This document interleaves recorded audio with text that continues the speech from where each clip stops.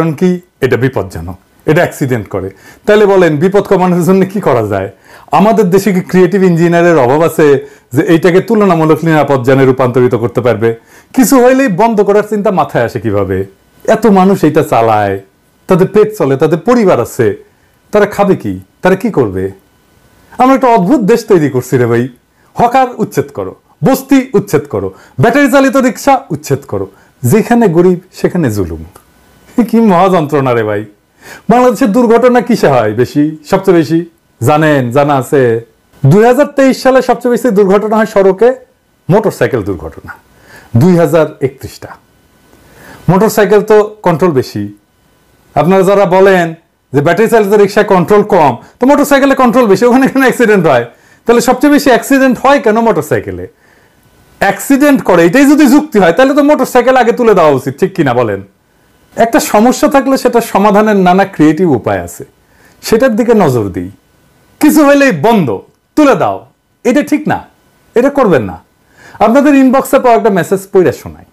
ভাই, একটা কথা বলার ছিল, জানি আপনি আমার SMS দেখবেন কিনা জানি না, তবে আশা রাখি অবশ্যই দেখবেন। হুট করে হাইকোর্ট ব্যাটারি চালিত রিক্সা বন্ধের নির্দেশ দেয়। এতে আমার মতো লাখো মানুষের খারাপ সময় শুরু হয়ে গেছে।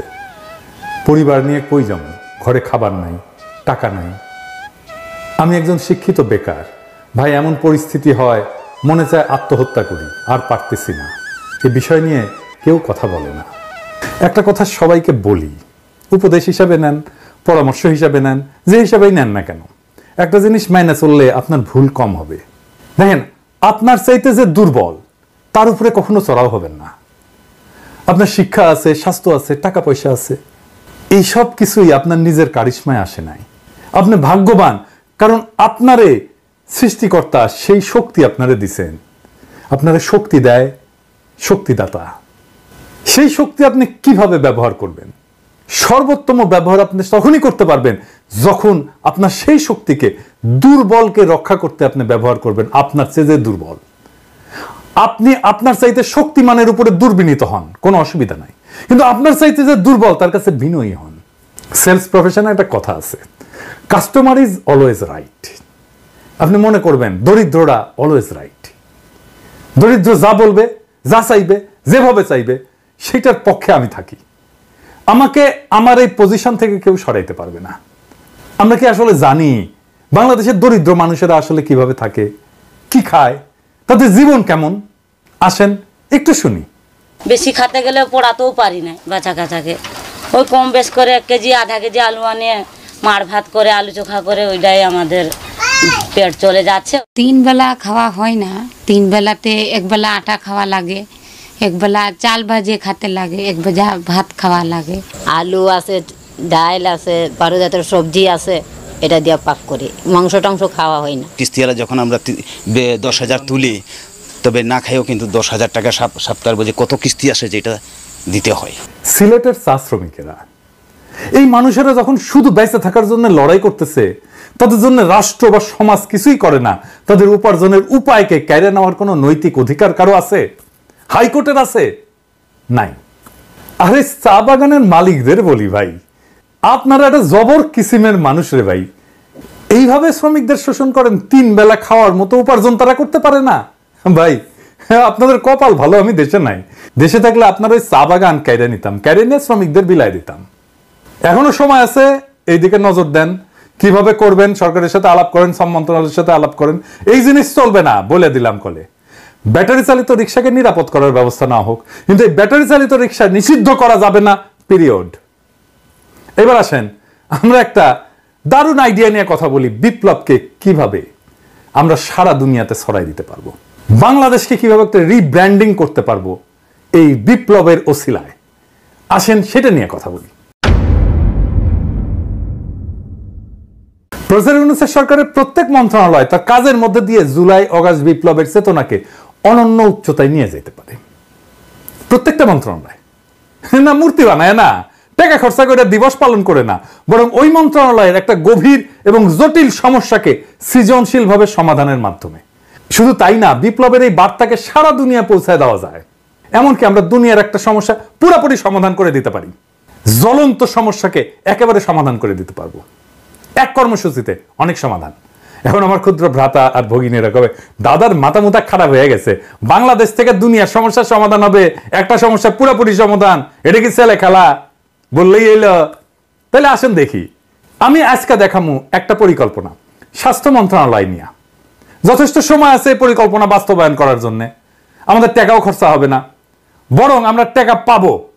শুধু টাকা পাওয়া না, আমরা সারা দুনিয়ায় একটা পজিটিভ ব্র্যান্ডিং করতে পারবো বাংলাদেশের এবং বিপ্লবের। কিভাবে আসেন সেটা দেখি। বিশ্ব স্বাস্থ্য সংস্থা বলে আমাদের সারা বছর 8 লক্ষ ইউনিট রক্তের দরকার হয়, এবং তারা বলে যে গুড প্র্যাকটিস হচ্ছে যে 70% রক্ত যেটা দরকার সেটা আত্মীয় স্বজনদের মধ্যে থেকে নেওয়াটা ভালো, এটা পরামর্শ দেয় বিশ্ব স্বাস্থ্য সংস্থাই। আর বাকিটা ভলান্টারি ব্লাড ডোনেশন থেকে সংগ্রহ করা হয় সারা দুনিয়াতেই। তার মানে 2.5 থেকে 3 লাখ ইউনিট ভলান্টারি ডোনেশন থেকে জোগাড় করতে হয় বাংলাদেশে। মেডিকেল ছাত্রদের সংগঠন আছে সন্ধানী, এই কাজটা করে। আবার বিশ্ব স্বাস্থ্য সংস্থায় বাংলাদেশ প্রসঙ্গে জানাচ্ছে যে একটা সুসংগঠিত রক্ত সঞ্চালন ব্যবস্থা বাংলাদেশে তৈরি হয় নাই। এটা আমার কথা না, বিশ্ব স্বাস্থ্য সংস্থার কথা। তাইলে আমরা একটা জাতীয় সমস্যার কথা জানলাম, এইটার সমাধান কিভাবে বিপ্লবের সাথে মিলায় আমরা করতে পারি। আমাদের কপাল ভালো, আমাদের রক্তের যা দরকার তা আমরা পাই, দেশের মধ্যে থেকেই পাই, আমাদের আমদানি টামদানি করতে হয় না। কিন্তু দুনিয়ার কি অবস্থা? সারা দুনিয়ায় রক্তের চাহিদা 30 কোটি ইউনিটের একটু বেশি, সাপ্লাই কত? 27 কোটি ইউনিট। এবং বলা হচ্ছে যে 195টা দেশের মধ্যে 119টা দেশে 61% দেশ তাদের পর্যাপ্ত রক্তের সাপ্লাই নাই। এই দেশগুলো কোনগুলো? এগুলো দরিদ্র দেশ। এবং এই রক্তের দরকার পড়ে কাদের? শিশুদের এবং মায়েদের, গর্ভবতী মায়েদের। তার মানে সারা দুনিয়ায় 3 কোটি ইউনিটের রক্তের চাহিদা আছে যা পূরণ হয় না। লাগে কাদের? আমরা দেখলাম যে এটা দারিদ্র পীড়িত শিশুদের, গর্ভবতী মায়েদের মারা যায় তারা ধুকে ধুকে রক্তের অভাবে। আমরা এই সমস্যার পুরো সমাধান করে দিতে পারবো। কিভাবে আসেন দেখি। আমরা আগামী 16 জুলাই বেলা 3টা, যেই মুহূর্তে আবু সাইদ শহীদ হয়েছিল সেই মুহূর্ত থেকে 5ই আগস্ট বেলা 11টা পর্যন্ত যখন হাসিনা পলাইলো সেই মুহূর্ত পর্যন্ত সারা দেশে রক্তদান কর্মসূচি চালাবো। নাম হবে বিপ্লবের রক্তরাঙা উপহার। রক্তের ব্যাগে থাকবে আবু সাইদের প্রসারিত 2 হাতের ছবি, আর 2 ভাষায় লেখা থাকবে বিপ্লবের সংক্ষিপ্ত ইতিহাস ওই রক্তের ব্যাগে, একটা বাংলা আর একটা ফ্রেঞ্চ। আমার সৌজন্যে বাংলাদেশে শুধু তরুণের সংখ্যা 4.5 কোটি। আমরা কম করে হইলো 3 কোটি ইউনিট রক্ত সংগ্রহ করতে পারবো। তরুণরাই তো শুধু দেবে না, তার চেয়ে বেশি বয়সীরাও দেবে। সবাই উৎসব করে রক্ত দিতে যাবে। রক্ত দিয়ে সে নিজেকে কানেক্ট করবে 24-এর বীর যোদ্ধার শহীদদের সাথে। সে মনে করবে সে নিজেকে মহাজীবনের সাথে যুক্ত করছে। সেই মহাজীবন, যে মহাজীবন আমাদেরকে মুক্তি দিছে, যে মহাজীবন বিপ্লবের মাঠে, বিপ্লবের রাজপথে বীরের মতো লড়াই করছে, জীবন দিছে, আহত হয়েছে। একটা জাতীয় পুনর্জাগরণ হবে প্রত্যেক বছরে ঠিক বিপ্লবের সময়গুলোতে। এমনিতেই নানা অনুষ্ঠান কর্মসূচি হবে এই সময়টা জুড়ে। স্বাস্থ্য মন্ত্রণালয়ের এই কাজটা একটা সম্পূর্ণ ভিন্ন মাত্রা দেবে এই সময়টাকে। আমরা বিশ্ব স্বাস্থ্য সংস্থাকে বলবো আমাদের টেকনিক্যাল অ্যাসিস্ট্যান্স দাও। আমরা বলবো আমরা রক্ত সংগ্রহ করে দিচ্ছি, সংরক্ষণ করার ব্যবস্থা করে দাও, ক্রায়োপ্রিজার্ভেশন করার ব্যবস্থা করে দাও। এত লার্জ অ্যামাউন্ট রক্ত ক্রায়োপ্রিজার্ভেশনের জন্য অনেক লজিস্টিক্স লাগবে। বিশ্ব স্বাস্থ্য সংস্থা আগায় আসবে আগ্রহ ভরে এই কাজটা করে দেওয়ার জন্য, কারণ সারা দুনিয়ার সমস্যার সমাধান হয়ে যাবে। রক্তের এক্সপোর্টের রেগুলেশন আছে অনেক, আমরা বিশ্ব স্বাস্থ্য সংস্থাকে কাজে লাগাই, এই রেগুলেশনগুলো আমরা ইমপ্লিমেন্ট করতে পারবো। আমরা টাইম পেলাম অনেক এই সব কিছু করার জন্য। আমাদের তরুণদের একটা চেক আপ হয়ে যাবে, কারণ রক্ত দেওয়ার আগে একটা চেক আপ করতে হয় ম্যান্ডেটরি। কি কি? HIV, সিফিলিস, হেপাটাইটিস সি আর বি এর টেস্ট হবে। বিশাল একটা স্ক্রিনিং হয়ে যাবে সবার মুফতে। অবশ্য ছাত্রলীগের খাইস্টাগুলো ধরা খাবে। ডাক্তার এসে কবে এই এদিক আসো, সে কবে কি হয়েছে ডাক্তার সাহেব, কবে তোমার তো সিফিলিস, তুমি ছাত্রলীগ করো। হ্যাঁ ভাইরা দেখেন সারা দুনিয়ায় কি রকম পজিটিভ ইম্প্যাক্ট পড়বে। প্রত্যেক বছর ওই বিপ্লবের সময়টায় একটা কালেকটিভ স্মরণ হবে জাতীয়ভাবে বিপ্লবের ওই রক্ত ঝরা সময়ের। এই প্র্যাকটিস যদি জারি রাখতে পারি তাহলে আজ থেকে কয়েক যুগ পরেও এই বিপ্লবের রক্তদানের ইতিহাস জানবে আমাদের ভবিষ্যৎ প্রজন্ম।